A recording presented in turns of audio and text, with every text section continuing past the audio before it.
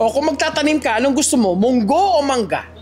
Bakit mangga? Pag namunga mas marami, so maraming benefit pag mangga. Tama? Anong challenge? Matagal. O anong benefit pag nagtanim ka ng munggo? Ang bilis. Tanim ka ngayon 3 days, 4 days ay ani ka kaagad. Bakit yun maganda? Kakainin mo agad. So anong itatanim mo? O, ang tawag dyan, mungga.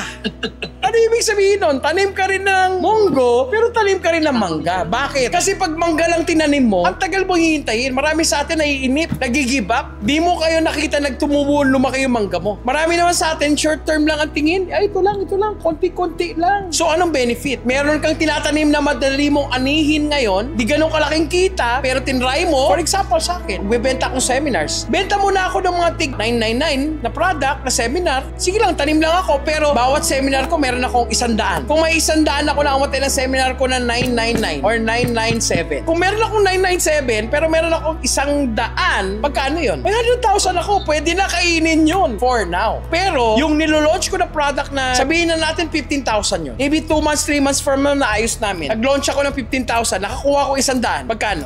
1.5. May mangga. Pwede na, pwede na.